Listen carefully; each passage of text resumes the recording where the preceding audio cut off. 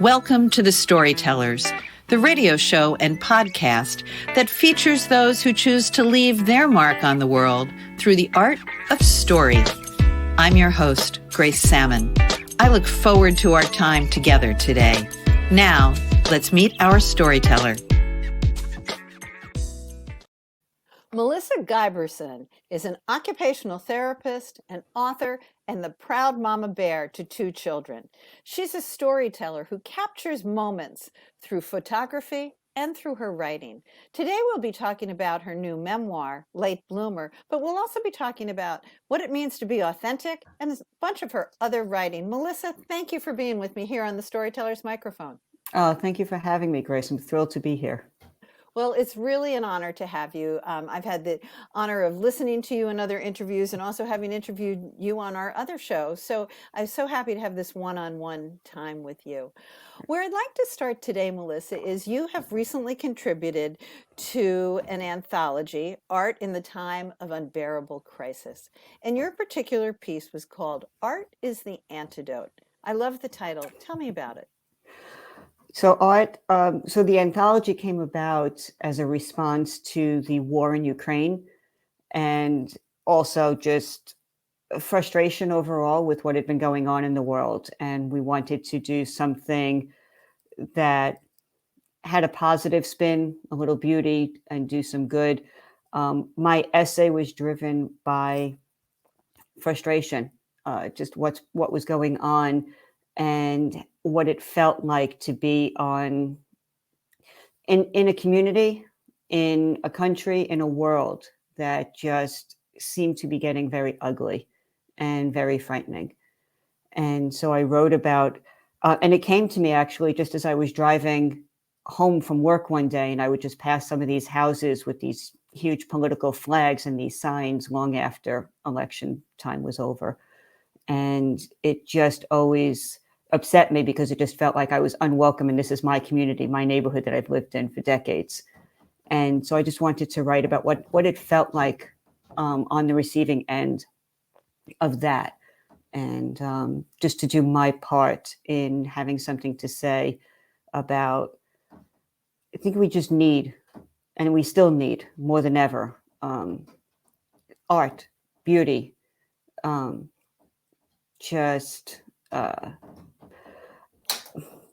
can't we all get along?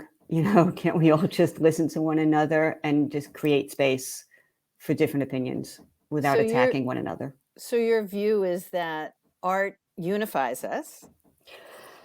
It does. I think we seek beauty in art and comfort. I know I do. And my fellow authors that I've met along the way absolutely do. That's where we go for just calm, for peace, for beauty. Yes. You said that we came together for the anthology. Who else is part of the anthology, and how did it come together? Oh, it was a She Writes Press project. And the irony of it was that, sorry, that's Zoe. Zoe broke in. Nice to meet you, Zoe. She always does. The irony is that they thought that by the time the anthology had come together, the war would be over. And here we are all this time later, and it wasn't. So my She Writes Press sisters all contributed to this anthology, whether it was a poem, an illustration, or an essay. And when I say we, I think that's the we, the collective, us, if you will, who just wanted to contribute to something. All proceeds went to the World Central Kitchen. We wanted to do something good. We wanted to be heard. We wanted to be seen, something different than the ugliness that had been going on in the world for too long. And She Writes Press, headed by Brooke Warner, is really an amazing press, isn't it? It really does create a sisterhood of authors. So I didn't know about that project. So I'm always happy to shine a little light on Brooke and She Writes Press. And I'm so glad that you were part of that anthology. What does it mean for you to be a storyteller? I've always, I think, been a storyteller. I just think it's so important because there is something unifying. And there's something about creating a safe space. And sometimes people are very it's not just private. We don't know how safe it is to share. And what I've learned is when somebody steps up and shares a story, it's amazing to me how many other people will say, me too, not the Me Too movement we've come to know, but certainly me too. I have a story as well. Let me tell it to you because you're safe. And this is how we get connected. Oh, I couldn't agree with you more. The tagline to my novel, The Eves, is when our stories are told, everything changes. And it's actually the tagline to the Storytellers episode as well. So I love that you view your role as a storyteller in that way. You have a unique story, or perhaps not very unique, but the title of your memoir is A Late Bloomer, Finding Your Authentic Self in Midlife. I'd love to hear more about it. So my story is, well, interestingly enough, a lot of people have had the experience that I have had, in which we followed a certain path in life for whatever reason that was, what was expected, the only thing we knew.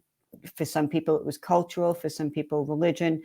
And we were firmly established in that life, married to a man, we had kids, and we came upon some information. For me, it was new information. For other people, it was information they knew long ago, but they pushed it really far down until it got to a point that they couldn't anymore. And for me, it was new information. I had come across some feelings that I never had before. They were same-sex attractions, despite the fact that I'd been married to a man for a couple of decades. And when I went out into the world trying to find an answer, what these feelings meant, was it a one-time thing? Was it a fluke? Was it me? I came across a lot of people that had a similar experience. So it wasn't unique to me. We all have our story, but I was really quite surprised at how many people have had this experience, and men and women. I've met both. So I went about, when I finally realized that this was not a fluke, this was not a one person, this in fact was me, and that I went about reconfiguring my life so that it would be more authentic to who I was once I realized the information and accepting who I am, which I didn't know before.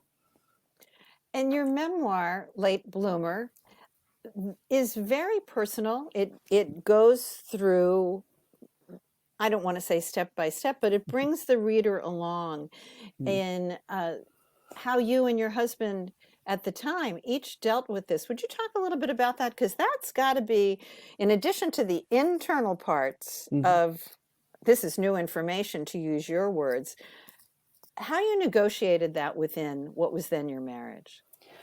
So in the beginning, I kept it all to myself, but he knew me well enough to know something was happening, but I was frightened and I didn't know what was happening. So I held it in for as long as I could so that I could try to find some answers and for some understanding. I was also told, as I started reaching out to people, not to say anything, because once you put it out there, those words, you can't take it back. But he knew something was happening. And so by the time we had the conversation, he was very, very supportive. He wasn't surprised. And we had agreed to protect our kids because we were planning for my daughter's bat mitzvah at the time, and that was her moment. So kept everything under wraps. As far as the kids were concerned, life went on as normal, if you will, for a little while. And then we had told the kids on the other side of the bat mitzvah, and we continued our lives making small adjustments. We wanted it to be a gentle transition for all of us. So we had an in-home separation and everything was okay. He was learning to adjust. He was looking for another place to live. I was learning to adjust to myself. And eventually he moved out and things started to change a little bit, or a lot of it.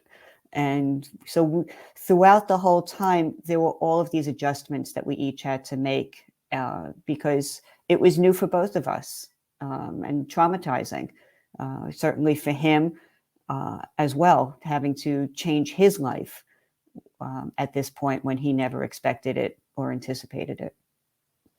So there's no divorce or separation that is ever easy, in my opinion. Even if though many of them can be quite amicable, they're still not easy. They're filled with adjustment. Yeah. So how many years has it been now? Oh, it's been quite a few. We were separated for quite a while. We had early on agreed not to divorce. I didn't understand the extent of my fear of divorce, and I had to unpack that after the fact. I just knew that I fought against it. It just didn't seem necessary to go through that process. Sure. And somewhere along the way, he changed his mind. And so our separation became a full-fledged divorce proceeding, including lawyers and a lot of angst, if you will.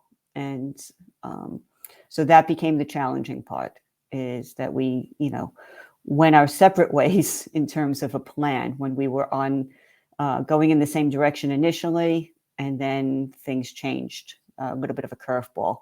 And so I do write about that, and had to do a deep dive into why I was so adamant that I didn't want to be divorced. Because for me, divorce meant trauma, and I was trying to protect my kids.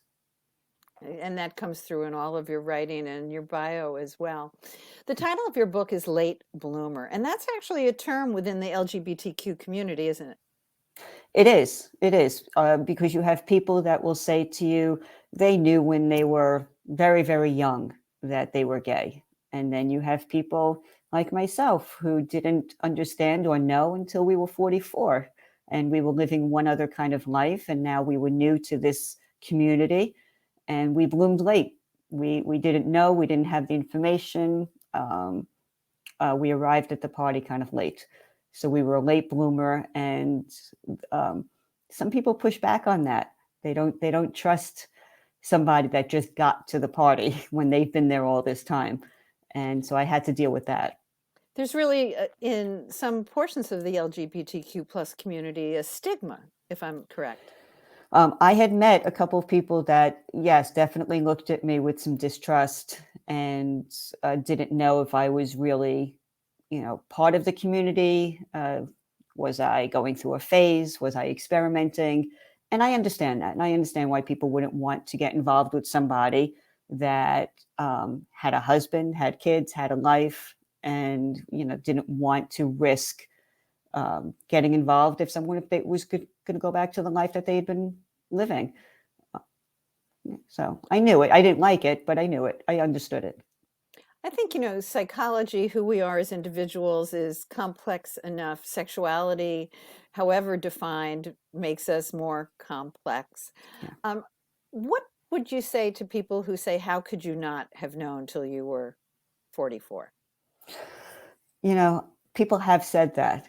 And it's one of those things that just falls through the cracks. It could be, you can argue it any which way. Some people will say, well, it's denial. You must have known.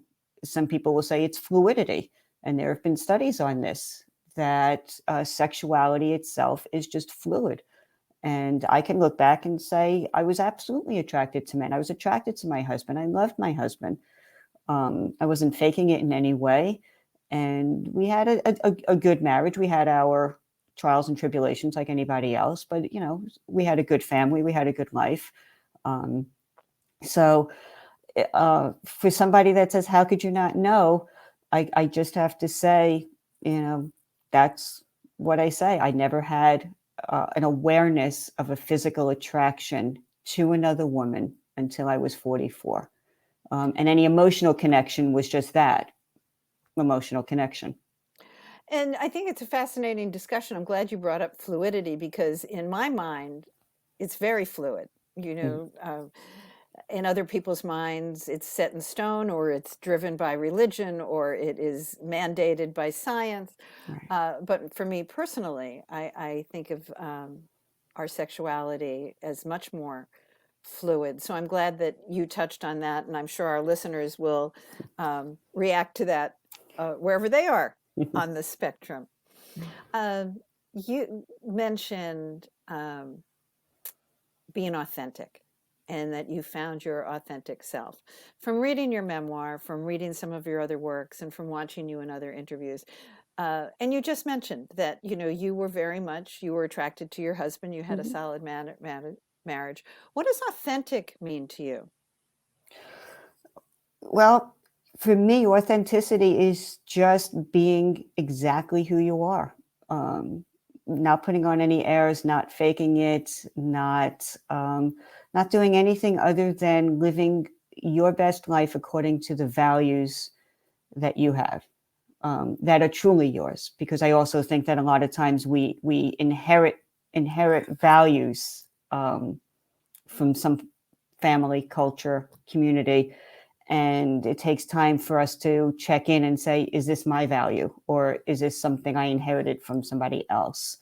And so living your authentic life is being in touch with your values, knowing that they're your values, and going forward with your life exactly according to who you are, instead of just conforming to what's around you or what you were told you should be doing or who you should be.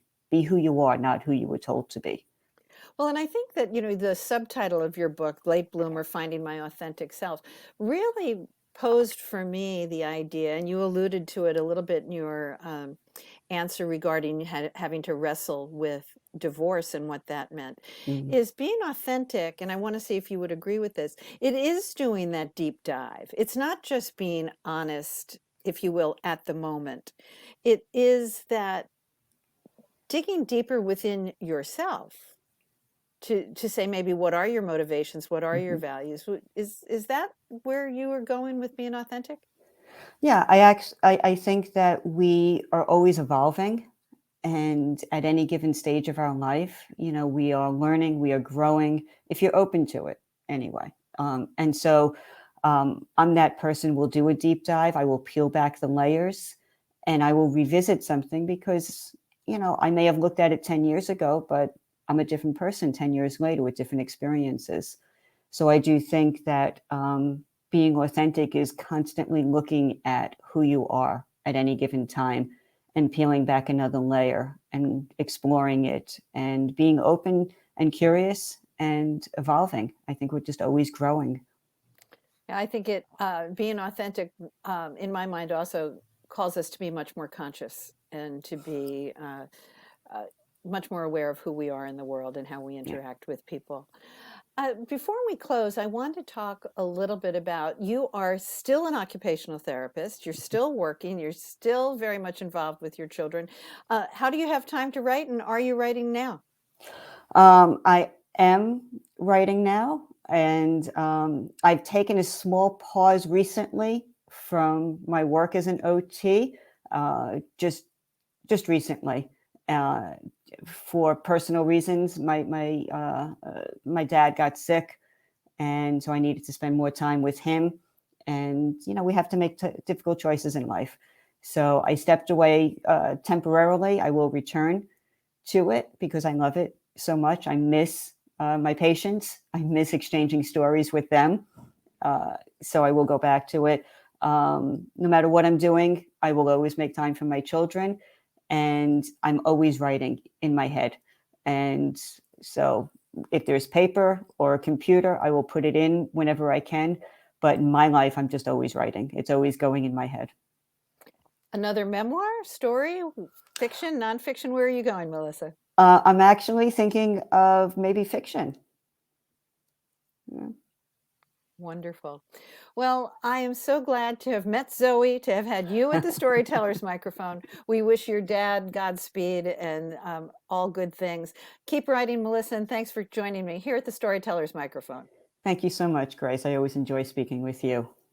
This has been a copyrighted episode of The Storytellers by Grace Sammon and Authors on the Air Global Radio Network. That concludes this episode of The Storytellers. I'm so glad you could be part of the story today. I hope you share the stories, tell your own, and come back for another episode, because when our stories are told, everything changes. I'm Grace Sammon.